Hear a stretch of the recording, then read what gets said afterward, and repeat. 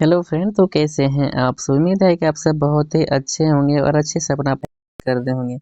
आज की इस वीडियो में हम देखने वाले हैं क्लास 10th का अर्थशास्त्र का दूसरा चैप्टर का जो भी मोस्ट इम्पोर्टेंट ऑब्जेक्टिव है उसको हम आज कवर करने वाले हैं। पहला चैप्टर का ऑब्जेक्टिव हमने पहले ही करा चुका है। यदि आप नहीं देखें तो इसी चैनल पे वीडियो अपलोड है, जाकर आप देख सकते हैं। ठीक है, तो आज हम चैप्टर नंबर 2 का जो भी इम्पोर्टेंट ऑब्जेक्टिव 2025 में पूछे जा सकते हैं उसको हम आज कवर करने वाले हैं। तो वीडियो को शुरू से लेके लास्ट तक वॉच कीजिएगा, वीडियो को लाइक कीजिएगा और चैनल को सब्सक्राइब कीजिएगा, और वीडियो कैसा लगा आपको कमेंट में रिप्लाई दीजिएगा। ठीक है, अब हम चलते हैं अपने क्वेश्चन की तरफ। यहाँ पे फर्स्ट नंबर का क्वेश्चन लिखा है कि भारत में वित्तीय वर्ष कहा जाता है। तो भारत में वित्तीय वर्ष कहा जाता है कब?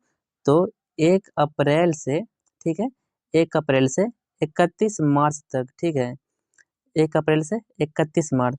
तो ऑप्शन नंबर क्या हो जाएगा आपके पास? सी। ठीक है, तो ऑप्शन सी को यहाँ पे टिक कर देना है। अब चलते हैं दूसरे क्वेश्चन की तरफ। तो दूसरा क्वेश्चन यहाँ पे इस प्रकार है, भारत के किस राज्य का प्रति व्यक्ति आय सर्वाधिक है? भारत के किस राज्य का प्रति व्यक्ति आय सर्वाधिक है? बिहार का, चंडीगढ़ का, हरियाणा का, गोवा का। तो किसका अधिक है? तो गोवा का। ठीक है, यहाँ पे आपको गोवा टिक कर देना है। ऑप्शन नंबर क्या हो जाएगा आपके पास? ऑप्शन नंबर डी को टिक कर देना है। अब चलते हैं अगले क्वेश्चन की तरफ।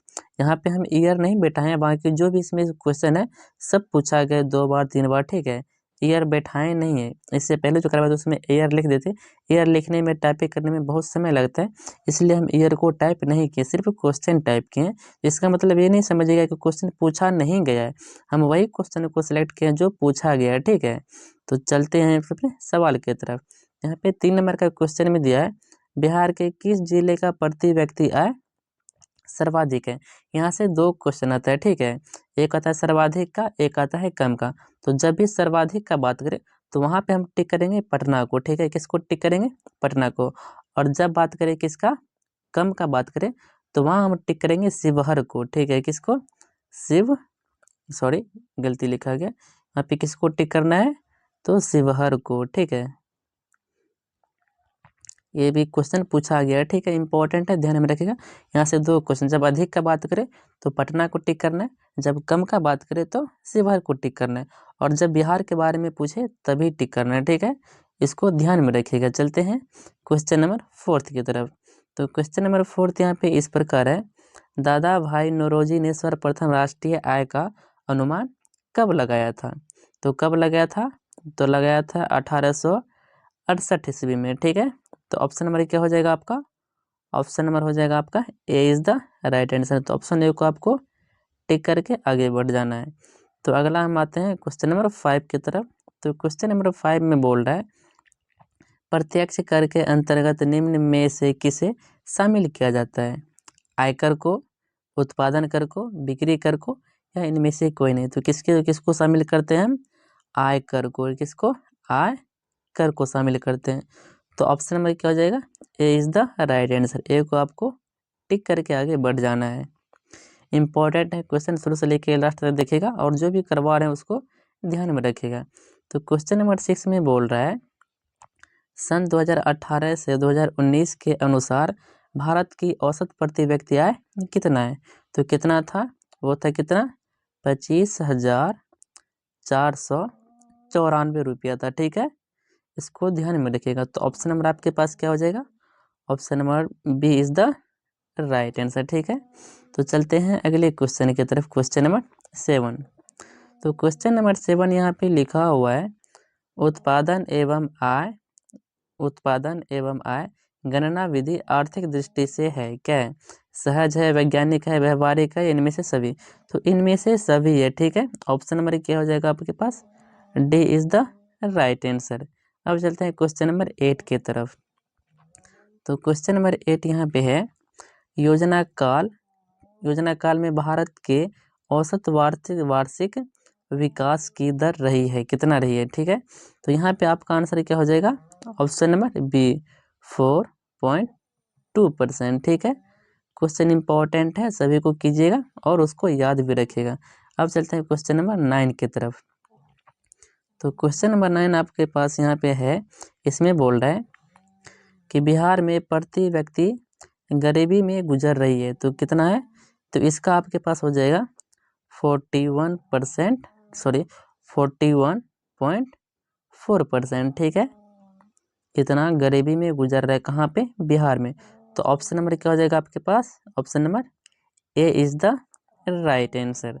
चलते हैं अब अगले क्वेश्चन की तरफ। तो यहाँ पे 10 नंबर का क्वेश्चन इस प्रकार है, कार्यों के बदले में जो पारिश्रमिक मिलता है, जो आप कार्य करते हो उसके बदले में जो आपको इनकम मतलब रुपया मिलता है, तो उसको हम क्या बोलते हैं, उसको बोलते हैं आय। यहाँ से एक सब्जेक्टिव क्वेश्चन भी आपके पास बन जाएगा। आय किससे कहते हैं, जो हम काम करते हैं उसके बदले जो हमें मजदूरी मिलता है उसी को बोलते हैं आय, ठीक है। तो यहाँ से सब्जेक्टिव क्वेश्चन भी तैयार हो गया। आय किससे कहते हैं, तो उम्मीद है कि आपको समझ में आ गया, आप लिख सकते हैं, ठीक है। अब चलते हैं क्वेश्चन नंबर 11 की तरफ। तो क्वेश्चन नंबर 11 यहाँ पे बोल रहा है, बिहार में किस जिले की प्रति व्यक्ति आय सबसे कम है। अधिक किसका है, तो अधिक में आ जाएगा पटना, ठीक है। और कम में क्या आ जाएगा हम बताए तभी, शिवहर, ठीक है। तो यहाँ पे देखिए कम के बारे में बोल रहा है, नालंदा, रोहतास, सिवान, शिवहर। तो ऑप्शन नंबर क्या हो जाएगा आपके पास, D is the right answer. अब चलते हैं अगले क्वेश्चन की तरफ, क्वेश्चन नंबर 12। तो क्वेश्चन नंबर 12 में बोल रहा है, बिहार के अर्थव्यवस्था में प्राथमिक क्षेत्र का मुख्य अंग है।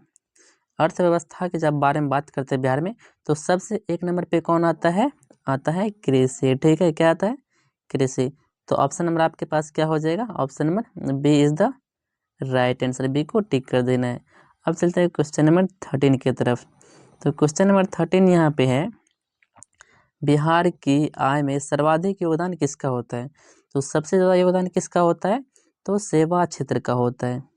किसका होता है, सेवा क्षेत्र का। तो ऑप्शन क्या हो जाएगा आपके पास, option number C is the right answer. तो ऑप्शन सी को टिक कर देना है। अब चलते हैं क्वेश्चन नंबर 14 की तरफ। यहाँ पे क्वेश्चन नंबर 14 में बोल रहा है, राष्ट्रीय गन्ना का आयाम नहीं है। तो राष्ट्रीय गन्ना का आयाम कौन नहीं है, तो मौद्रिक नहीं है, ठीक है। तो यहाँ पे मौद्रिक को आपको टिक कर देना है। ऑप्शन नंबर क्या हो जाएगा, मौद्रिक उत्पादन, नहीं, option number A is the right answer. अब चलते हैं अगले क्वेश्चन की तरफ, 15 नंबर का। तो यहाँ पे 15 नंबर का क्वेश्चन में इस प्रकार बोल रहा है कि राष्ट्रीय आय जाना जाता है, ठीक है। आय गणना विधि, व्यावसायिक गणना विधि, उसके बाद उत्पादन गणना विधि, या इनमें से सभी। तो इनमें से सभी हो जाएगा आपका आंसर, ठीक है। तो उम्मीद है कि सभी क्वेश्चन जो भी हम करवाए आपको समझ में आ गया है। जो भी करवाए मोस्ट इम्पॉर्टेंट ऑब्जेक्टिव था, ठीक है। तो उम्मीद है कि आप वीडियो को शुरू से लास्ट तक देखे होंगे। सभी क्वेश्चनों का आप याद कर लीजिए, मेरे चैनल को सब्सक्राइब कर लीजिए ताकि ऐसा ही वीडियो आपको मिलता रहे। बोर्ड एग्जाम तक हम आपको पढ़ाएंगे, जो भी इम्पोर्टेंट ऑब्जेक्टिव होगा, साइंस हो, फिजिक्स हो, नहीं कि हर सब्जेक्ट का हम करवाएंगे, ठीक है।